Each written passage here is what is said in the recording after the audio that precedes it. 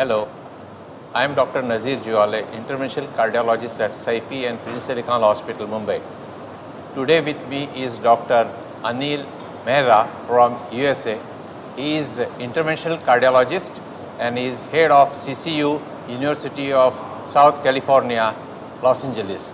Welcome, Dr. Anil Mehra. Thank you. What's your experience about CSI Mumbai 18? So far it's been an excellent experience. I think it's a very well organized meeting, almost similar to a lot of international meetings we attend in US. Lots of delegates, very high ranking topics with a number of international faculties here who are giving some superb talks. So I think it's very enlightening, and the hospitality of the whole, the people like you and everybody has been extremely great. So, thank you. I have attended some of your sessions and your talks were excellent, particularly the talk on hemodynamics. Today we are going to discuss Pharmaco invasive therapy. As we know, the optimal reperfusion therapy for STEMI is PCI, but due to certain logistic reasons, fibrinolysis still plays some part in this part of the country. Now, what do you have to say about what is the problem? Why are we talking of Pharmaco invasive therapy in today's area? I think that PCI or primary angioplasty in patients who present with ST elevation MI is definitely shown in meta-analysis that it is superior to fibrinolysis. Yet, trial after trials are being designed to see as to how we can initiate the fibrinolysis either before hospital admission or as early as presentation to hospital admission, and follow that up with essentially giving a routine angiography and angioplasty if needed, which has been on recent trials have been shown to be equivalent if you initiate the thrombolysis as early as possible. So if you look at the US population, the majority of them get primary PCI, but not all around the US also that you will have all centers which will have PCI capability. So patients may end up in an area or the PCI non-capable centers where they need to be transferred to PCI capable centers. This is a situation much more common here, let's say in India, for a number of logistical reasons which you probably may know more. And I just read your recent articles where I saw that you have highlighted some of the issues in this part of the world where capacity to do PCI is available only in 10% of the cases presenting with STEMI. So I think this is an issue which is common to number of countries, and especially common more to countries here in India where there are some logistical reasons where you cannot essentially offer primary PCI to everybody who comes in with STEMI. Right. Yesterday I was talking to you and you said that in your center or in your area in USA, the PCI is done in almost 97% of the patients. Yeah. That means fibrinolytic therapy or pharmacoinvasive therapy is doing in 3 to 5% or so. The situation is exactly opposite here. In the recent data, the utility of PCI for acute myocardial infarction in India may be somewhere less than 20%, and more 70% or so may require pharmacoinvasive therapy. The problem of PCI in India are at 3 levels. First is the detection of symptoms of acute myocardial infarction. Second, the delay at the level of center, non-availability of PCI centers. And third, even the centers which have got PCI facility, they have got a limitation. Everybody does not have 24/7 PCI facility. Sometimes the technician stays far away. Most of the cath labs have got a single cath lab. They don't have dual cath labs. So that's the practical problem. So what do you feel we should be done about all this? How to improve upon this reduction in pharmacoinvasive and improve the utility of PCI?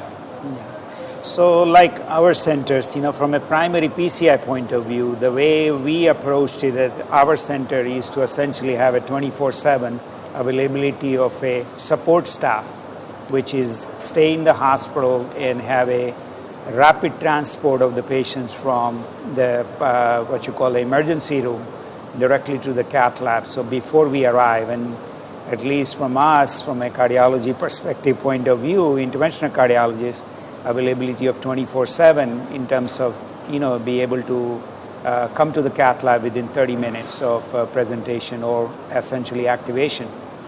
The activation was essentially done much more early from the EMS when they pick up the patient, which is the first medical contact. So you cannot possibly reduce what is called a patient delay, but you can reduce the system delay, which is from a first medical contact to hospital admission, or from hospital admission to revascularization.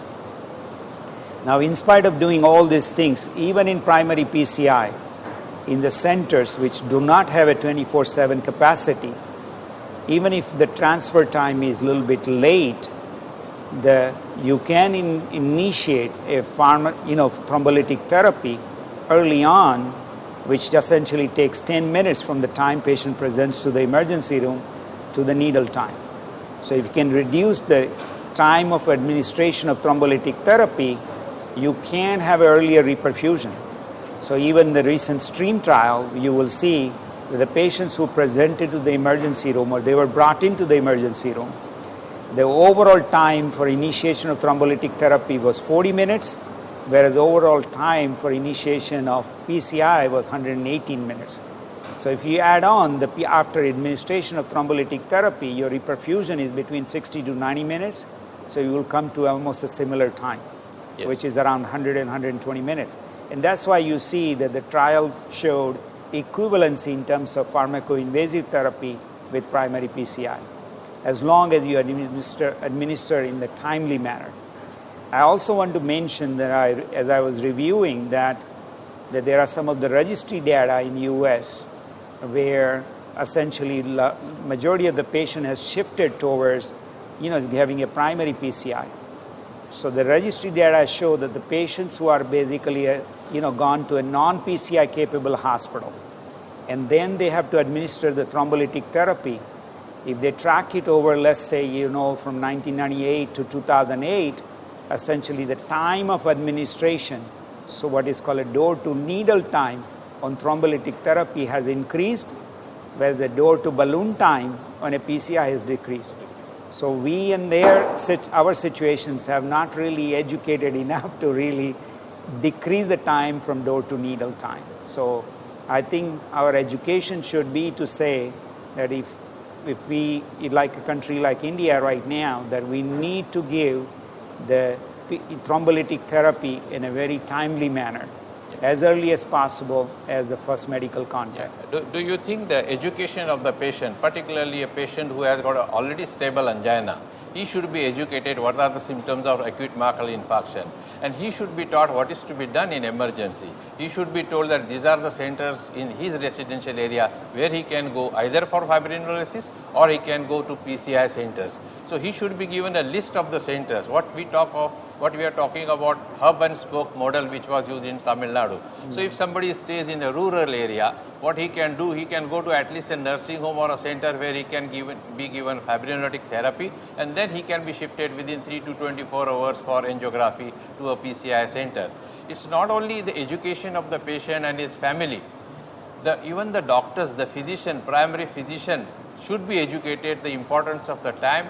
Time is muscle is the time is muscle, yeah. And the physician also should know which hospital he should send his patient, whether he should send it to a PCI capable hospital or he should thrombolize the patient there and there. The problem here in India is another problem in India is the financial thing. The government, all the states do not have a government help, and most of the patients they have to pay from their pocket, and PCI is a fairly costly procedure as far as the personal expenses are concerned. So a lot of time is wasted in arranging for the finances, giving consent for PCI, and a lot of other issues. So I think that has to be tackled in a timely manner. Now, do you feel? I think the patient education is a key. So I just want to mention that if you took the recent guidelines, that before we used to say that the patient, that if you develop, let's say, a stable coronary artery disease patient, that if you develop a chest pain, then you pop in a nitroglycerin tablet, take 3 nitroglycerin tablet. If it doesn't relieve the pain, then only call the emergency, at least in US. So here, now it is changed that you take in a stable coronary disease patient, you already know they have stable coronary disease.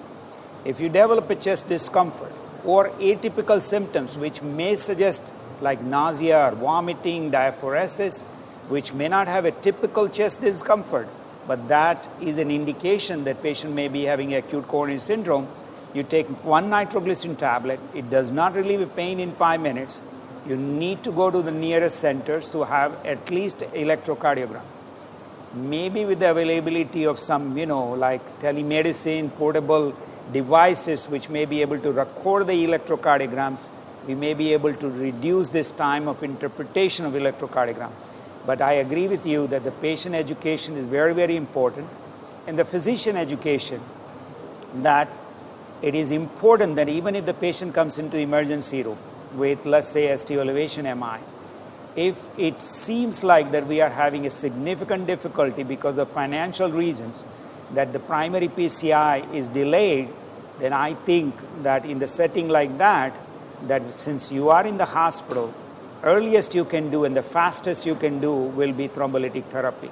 Let's say you do not have availability of physician, he's away, or the technicians are away, at least you have the drug which you can administer rapidly. Yeah. And then, as you can see even from a STREAM trial or CAPTIM AMI trial, that 26 to 36% of the patients underwent primary PCI or required urgent PCI. So you will have around 10 or 20% thrombolytic failure, or some of them will develop a recurrent ischemia. You will go ahead and at least do a PCI on them. And if you adopt a policy of policy of a routine angiography after 3 to 24 hours, and do PCI and those who need to be after that, if you take a 24-hour endpoint, almost 80% of the patients in pharmaco-invasive therapy had a PCI, as compared to 90% of the patients in primary PCI. So if you have any pharmaco-invasive approach with the education of the physician that don't delay the PCI just because non-availability of the support staff or something else, initiate thrombolysis as early as possible, initiate reperfusion therapy as soon as possible. Because with reperfusion therapy, you're going to advance also the other pharmacotherapies like enoxaparin or clopidogrel with aspirin, which will reduce, because we know aspirin and Plavix will reduce your rate of recurrent death in MI, at least in a short term of 30 days or 42 days. So I think all this combined therapy has to be initiated as soon as possible, and all the logistics of, doing a PCI should not be our goal. Our goal should be reperfusion therapy as soon as possible. We talk about door to balloon time of 120 minutes. But don't you think that the criteria should be, if your physician knows that your patient cannot reach at a PCI capable hospital within 30 minutes or so, so he has to know in how much time, 30 minutes he has to reach to a PCI center, because that particular center is going to take its own time to transfer the patient directly to the cath lab. So 30 minutes, if it is more than 30 minutes duration, the patient should be fibrinolyzed there and there only. Yeah. And if it is less than that, then he should shift to a patient to a PCI capable hospital. So that's an important aspect of it. Now, I agree with you that I think, as in your article you mentioned, that which I learned that the Tamil Nadu STEMI program, where they have the hub and spoke model, where they essentially thrombolize in the peripheral centers and then transfer it in a timely manner. But it has to be routine transfer of all of them. I think that's a good model. So I agree with you that if your next PCI center is more than 30 minutes away, then essentially it is important that you initiate your thrombolytic therapy as soon as possible. Now coming to the fibrinolytic agent, I know that you are using a tertiary third generation fibrinolytic agents like retiplase or tenecteplase, but we in India still use streptokinase. Yes. And in the Tamil Nadu study, almost 97% of the patients received streptokinase, and they had an excellent result when they were subsequently investigated. So streptokinase has still role to play in our circumstance, in our situation. The problem of streptokinase is that it cannot be given at home. But what do you think about tenecteplase? Tenecteplase is a just bolus dose at 5 seconds. A family doctor can also give if he has got a tenecteplase with him. Do you think that pre-hospital thrombolysis in the ambulance or at the home should be should be the... Yeah, as you said, that the streptokinase is an infusion, so it's impractical, whereas a tenecteplase or retaplase, which is a double dose, is a very practical way of a rapid thrombolysis. And as we know that the tenecteplase compared to the streptokinase is a longer half-life, as well as which is more fibrin specific. The only thing one needs to be careful that the patients who are more than 75 years of age, you need to reduce the dose by 50%. So it's a weight-based agent, and it's good. It's a single bolus drug. Retaplase does not have to be adjusted with the weight, but it's a double bolus product. So there are advantage, disadvantage of this particular two drugs, which are a third generation thrombolytic therapy. But I think it's a good way to do a thrombolysis in a rapid manner compared to streptokinase. So the problem of streptokinase is it can cause allergic reaction in some people and hypotension. That's why we cannot use it regularly in pre-hospital fibrinolysis. Now, what about the adjunctive therapy? The one thing which is what we find missing is people do use fibrinolytic therapy, but they forget about low molecular weight heparins or anti-thrombins along with it. They forget that it is to be given intravenously, half the dose is to be intravenously, and the rest of the dose is given after 15 minutes subcutaneously. So that's one mistake which is commonly made. And second thing is associated antiplatelet agents. So when you are planning pharmacological therapy, I think one should not use ticagrelor or prasugrel. What do you have to say about that? And the clopidogrel should be the drug which should be used. So there are no trials where they use a prasugrel or ticagrelor with a thrombolysis or fibrinolysis. So both Trinitron TIMI-38 as well as Plato trial, which studied the prasugrel and ticagrelor respectively, essentially the exclusion criteria was a thrombolytic therapy within 24 hours. Now, based on the Clarity, TIMI-28 as well as the Comet CCS2 trial, we know that if you combine Plavix or clopidogrel with aspirin, that at least in a short-term window, without increasing the bleeding risk, there is a benefit in terms of reducing death in MI in terms of around 9-10%. So it's important that you give with aspirin the clopidogrel to improve the reperfusion rate or at least reduce the hard endpoints like death in MI. So that's one point. Now, only point why I want to make sure that, that at least per the guideline, that if you are using the clopidogrel, then you need to give a 300 milligram bolus, not a 600 milligram bolus, as you do it with the PCI. And if that patient ultimately ends up in a PCI, then you will get extra 300 bolus. And then your maintenance dose is 75. If the patients who are more than 75 years of age, then you avoid the bolus and just give 75 milligram as the single dose combined with aspirin. Even the low molecular weight heparin, the bolus dose is to be avoided when you are more than 75. More than 75. Yeah. So if you are more than 75 with enoxaparin, you need to avoid the bolus dose, which is the IV 30 milligram, but you continue with 75 or continue with 0.75 milligram per kg instead of a 1 milligram per kg. So everything is 75? Everything is 75. So if you are more than 75 years of age, you're essentially enoxaparin, no bolus, but 0.75 milligram per kg. If you are more than 75, clopidogrel, 75. So everything is 75 and half the dose of tenecteplase. So 50% reduction in tenecteplase, 0.75 milligram per kg of enoxaparin, and 75 milligram of Plavix. That's like easy to remember, but that's an important aspect in order to reduce the bleeding risk, especially the intracranial hemorrhage in patients who are more than 75 years of age. So I think it's just an education of the physician. Everybody needs to make sure that they understand the dosage pattern along with the combination of drugs, what we need to promote in order to reduce the bleeding risk as well as to improve the outcome, almost similar to PCI. Yeah. In majority of the trials is now pretty there apparent. was a CAPTIM trial where when the fibrinolysis was given in under the 2 hours, the results were same as PCI, and there was a 5-year follow-up of the CAPTIM trial, and that also showed the morbidity and mortality benefits, even extending over 5 years it or so. essentially even showed that in a earlier thrombolysis has a little bit better benefit at a 5-year than a primary PCI. Yeah. Somehow it it caught up there. So what's your final call? I think at least in the circumstances of what is available in India, that there should be a concentrated effort in terms of designing a entire what is called a STEMI program, where you have a hub and spoke model, where you have the center.